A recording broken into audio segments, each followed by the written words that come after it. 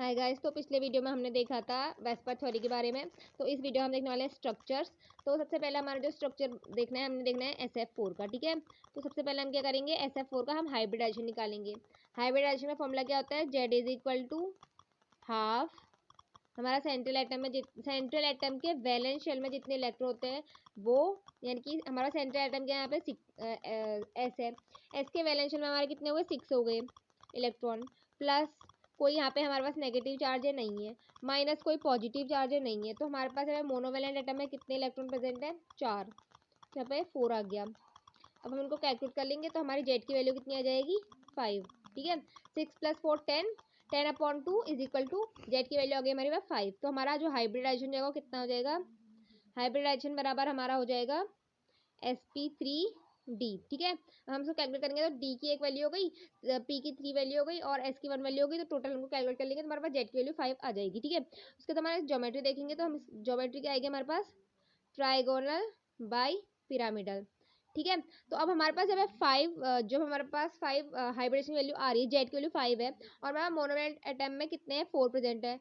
तो 5 - 4 is equal to 1। तो यानी कि 4 हमारे पास में बॉन्ड पेयर है और एक हमारे पास क्या यहाँ पे लोन पेयर है। ठीक है, तो हम जब इसका शेप बनाएंगे तो हमारे पास 4 बॉन्ड पेयर आएंगे और एक लोन पेयर आएगा। तो हम इसका शेप देखते हैं। शेप में हमारा जो एस है वो तो हमारा सेंट्रल एटम हो गया, उसमें हमारे 4 अब एफ जुड़ेंगे। ठीक है, 1 2 3 और 4।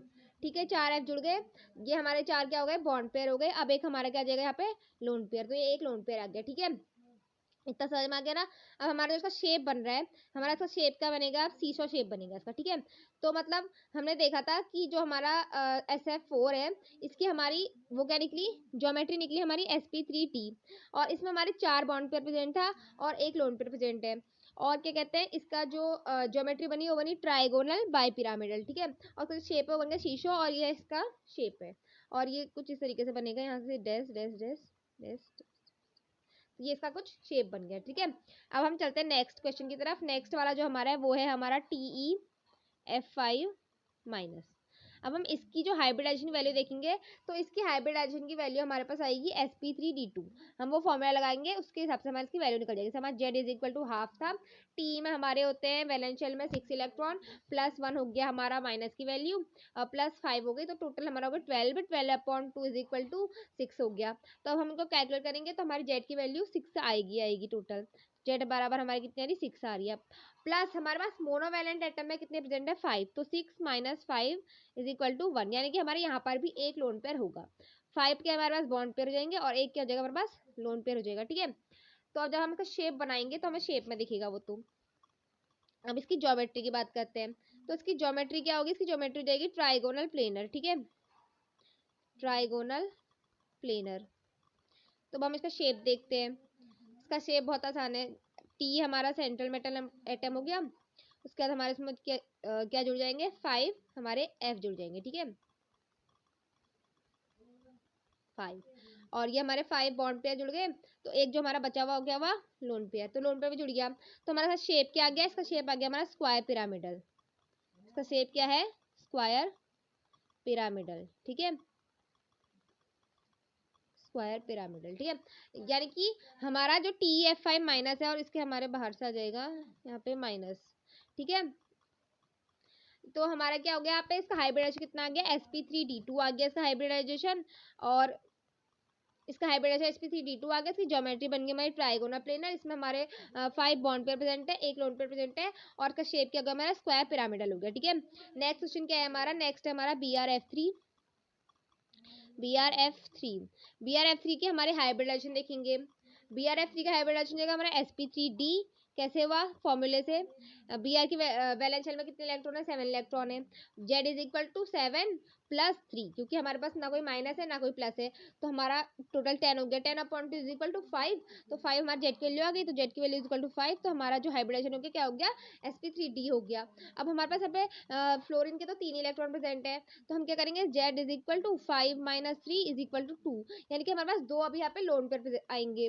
तो क्या हो जाएगा, 3 बॉन्ड पेयर हो जाएंगे और 2 क्या हो जाएंगे हमारे पास लोन पेयर हो जाएंगे। ठीक है, इतना समझ में आ गया। अब हम जब इसका शेप बनाएंगे तो हमें ये शेप में दिखेगा कि वो बॉन्ड पेयर लोन पेयर कहाँ पे आने हैं। ठीक है, तो अभी हम ज्योमेट्री देखते हैं। ज्योमेट्री इसकी हो जाएगी ट्राइगोनल बाई पिरामिडल।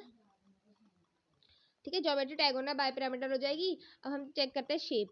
शेप के लिए हम क्या देखेंगे, बी आर हमारा जो क्या है सेंट्रल एटम हो गया, उसमें हमारे 3 एफ जुड़ेंगे, 1 2 3, हमारे 3 एफ जुड़ गए, तो हमारे पास 2 क्या आ गए, यहाँ पे लोन पेयर आ गए, 3 ये बॉन्ड पेयर हो गए और 2 हमारे क्या हो गए, लोन पेयर हो गए। ठीक है, ये इस तरीके से हो गया, 3 हमारे यहाँ पे बॉन्ड पेयर हो गई ये और 2 हमारे हो गए लोन पेयर। ठीक है, तो हम इसकी शेप की बात करते हैं, तो ये इसका शेप हो गया। तो हमारा इसका निकल गया, जो इसकी ज्योमेट्री थी हमारी वो थी हमारी sp3d, ज्योमेट्री आ गई sp3d आ गई, और नहीं सॉरी हाइब्रिडाइजेशन sp3 आ गया, ज्योमेट्री आ गई ट्राइगोनल बाइपिरामिडल, और ये इसका शेप आ गया। और हमारे पास क्या प्रेजेंट है, 3 बॉन्ड पे प्रेजेंट है और 2 क्या प्रेजेंट है, लोन पे। ठीक है, तो ये BrF3 की बात भी हो गई। अब नेक्स्ट है ICl2 माइनस। ठीक है, ICl2 माइनस। अब हम इसका हाइब्रिडाइजेशन देखेंगे, तो इसका भी हाइब्रिडाइजेशन आ जाएगा हमारा sp3d, जेड की उससे हम निकाल लेंगे, आई के वैलेंस शेल में इलेक्ट्रॉन होते हैं 7, और उसके हिसाब से हम निकाल लेंगे इसकी वैल्यू। ठीक है, 7 माइनस 7 प्लस ये माइनस की वैल्यू 1 आ गई, तो 7 प्लस 1 8 हो गया, प्लस 2 हमारे 10 हो गए, 10/2 इज इक्वल टू 5, तो हमारे आ गए पे 5, जेड की वैल्यू कितने आ गई हमारे पास, 5 आ गई। अब हमारे पास यहाँ पे मोनोवेलेंट में 2 प्रेजेंट हैं, तो 5 माइनस 2 बराबर 3, यानी कि हमारे पास 3 हो गया, तो 2 हमारे क्या हो जाएंगे, बॉन्ड पेयर हो जाएंगे, और 3 क्या हो जाएंगे, हमारे लोन पेयर हो जाएंगे। ठीक है, अब हम इसका ज्योमेट्री देखेंगे, इसकी ज्योमेट्री क्या हो जाएगी हमारी, ज्योमेट्री जाएगी इसकी हमारी ट्राइगोनल बाइपिरामिडल। ठीक है, ज्योमेट्री ट्राइगोनल बाइपिरामिडल आ गई, और हाइब्रिडाइजेशन का sp3d, इसमें 2 बॉन्ड पे प्रेजेंट है और 3 लोन पे प्रेजेंट है।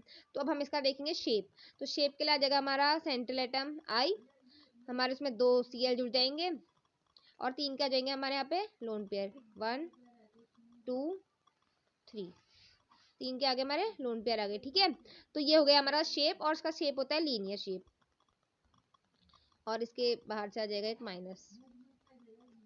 ठीक है, इतना हो गया। अब चलते हैं नेक्स्ट की तरफ, तो जो नेक्स्ट है हमारा वो है हमारा XCF6।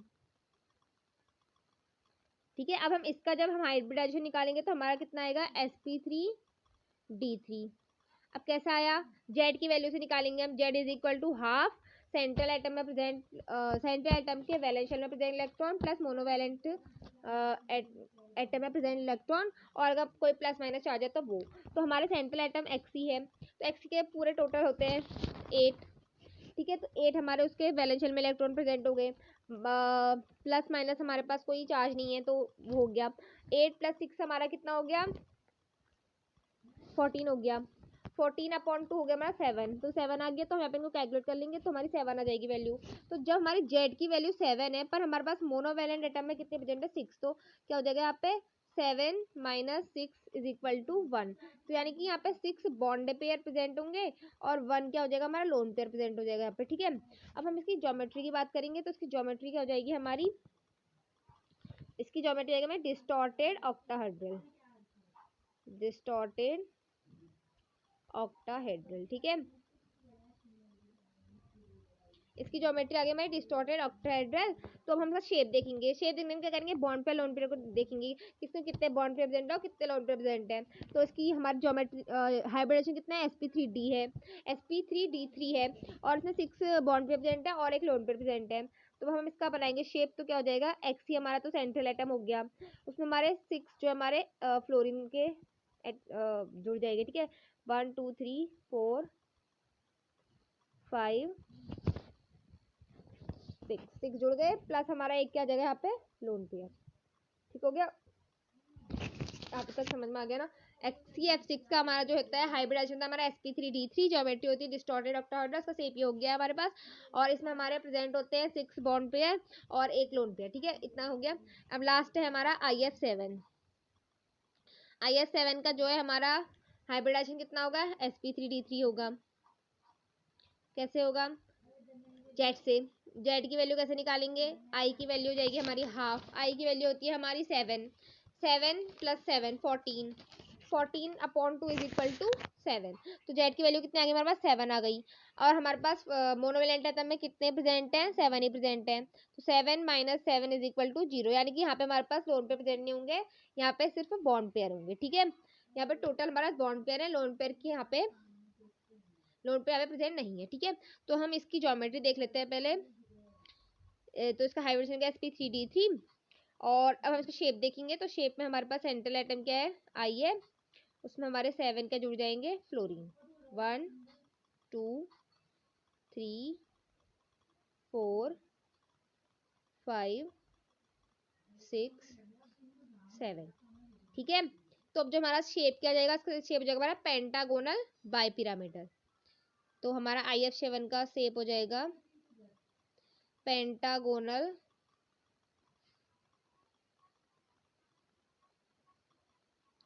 Bi pyramidal.